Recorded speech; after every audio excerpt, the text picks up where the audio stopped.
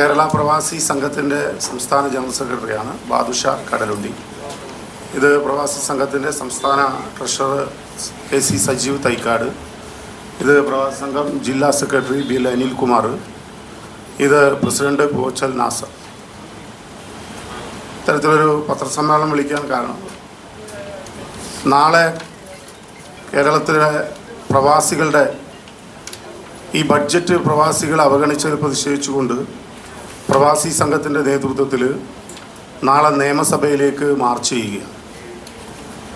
കേരളത്തിൻ്റെ നിയമസഭയിൽ അവതരിപ്പിച്ച ഈ ബഡ്ജറ്റ്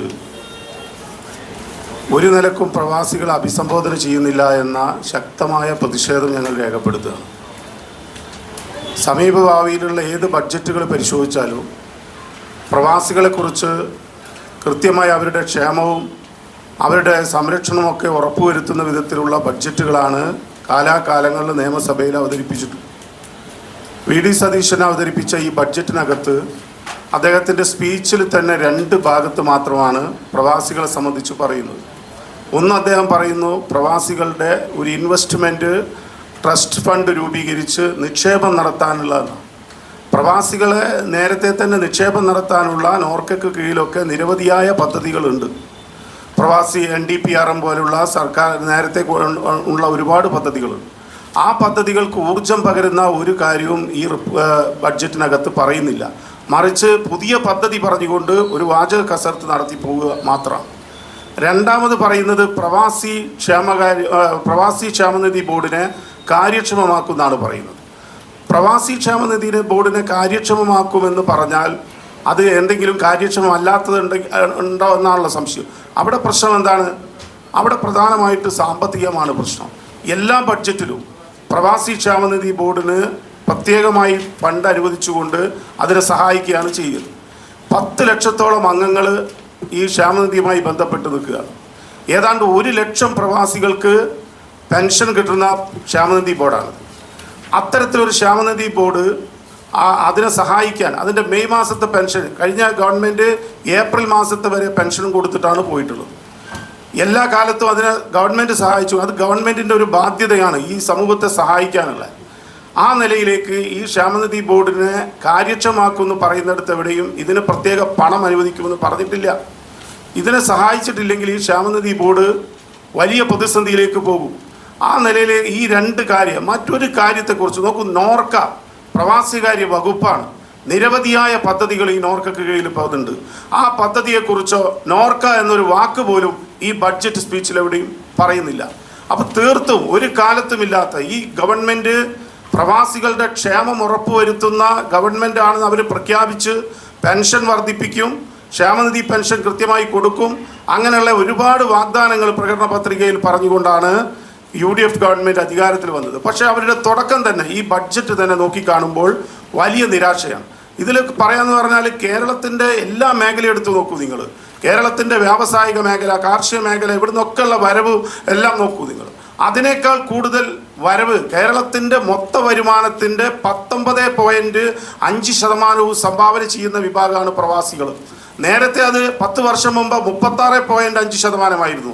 കേരളത്തിൻ്റെ തനത് വരുമാനം വർദ്ധിച്ചതിൻ്റെ അടിസ്ഥാനത്തിൽ പ്രവാസി വരുമാനം കുറഞ്ഞിട്ടല്ല, പ്രവാസി വരുമാനം കൂടിയിട്ടുള്ളൂ. പക്ഷേ കേരളത്തിൻ്റെ തനത് വരുമാനം വർദ്ധിച്ചതിൻ്റെ ഭാഗമായി പ്രവാസി വരുമാനം 19.5%. ഇന്ത്യയിൽ മൊത്തം വരുന്ന പ്രവാസി പണത്തിൻ്റെ 19.20% വരുന്നത് കേരളമാണ്. അങ്ങനെ ആ വരുമാനം ഏതാണ്ട് 2.86 ലക്ഷം കോടി രൂപ കേരളത്തിൻ്റെ സഹകരണ ബാങ്കുകളിലുമൊക്കെ നിക്ഷേപമായി പ്രവാസി പണം കിടക്കുക.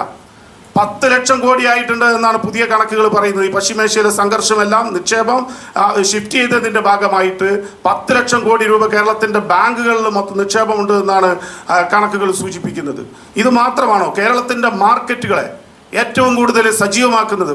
ഇപ്പോൾ ഈ യുദ്ധവും കാര്യമൊക്കെ ആയിട്ട് നമുക്ക് നമ്മുടെ മാർക്കറ്റുകൾ നോക്കിയാൽ വലിയ ക്ഷീണം ഉണ്ടായിട്ടുണ്ട്. പക്ഷേ ഈ മാർക്കറ്റുകൾ ഏറ്റവും ചലനാത്മകമാക്കുന്നത് ഈ സമൂഹമാണ്. വാങ്ങൽ കഴിവുകൾ, കേരളത്തിൻ്റെ വാങ്ങൽ കഴിവുകളെ ശക്തിപ്പെടുത്തിയത് പ്രവാസികളാണ്. അങ്ങനെയുള്ള ഒരു വാങ്ങൽ കഴിവ് പോലും ശക്തിപ്പെടുത്തിയതിൻ്റെ ഭാഗമായി GST ഇനത്തിലുണ്ടായിട്ടുള്ള വർധനവ്, ഇതെല്ലാം കേരളത്തിൻ്റെ സാമ്പത്തിക മേഖലക്കകത്ത് ഈ സമൂഹം എങ്ങനെയാണ് ഇടപെടുന്നത്? അത്രമാത്രം സ്വാധീനമുള്ള ഒരു വിഭാഗമാണ്. ഈ വിഭാഗത്തെ അഡ്രസ്സ് ചെയ്യാതെ ഈ ബഡ്ജറ്റ് പോവുക എന്ന് പറഞ്ഞാൽ ഈ ഗവൺമെൻറ്റിൻ്റെ പ്രവാസി വിരുദ്ധ നയത്തിൻ്റെ സൂചനയാണ് എന്ന് ഞങ്ങൾ ഭയപ്പെടുന്നു. അതുകൊണ്ടാണ് ഈ പ്രശ്നത്തെ കാര്യമായിട്ട് ഉയർത്തിക്കൊണ്ടുവരണമെന്ന് ഞങ്ങൾ ആഗ്രഹിച്ചിട്ടുള്ളത്. കാരണം ലക്ഷക്കണക്കിന് വരുന്ന ആളുകൾ ഇതിൻ്റെ പ്രവാസികളുടെ ക്ഷേമവും പെൻഷനും ഇതൊക്കെ ആശ്രയിച്ച് കാത്തിരിക്കുകയാണ്.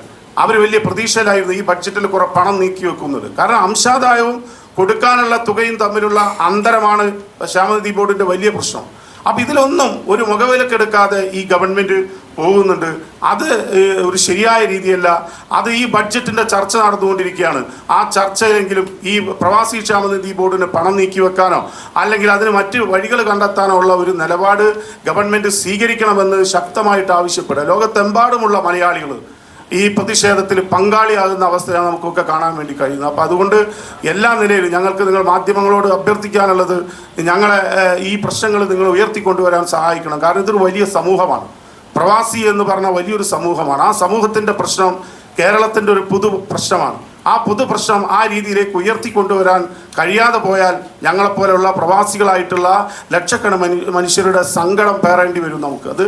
അതില്ലാതിരിക്കാനുള്ള ഇടപെടൽ മാധ്യമ രംഗത്ത് നിന്ന് ഉണ്ടാവണമെന്ന് കൂടിയാണ് ഞങ്ങൾക്ക് ഈ സന്ദർഭത്തിൽ അഭ്യർത്ഥിക്കുക.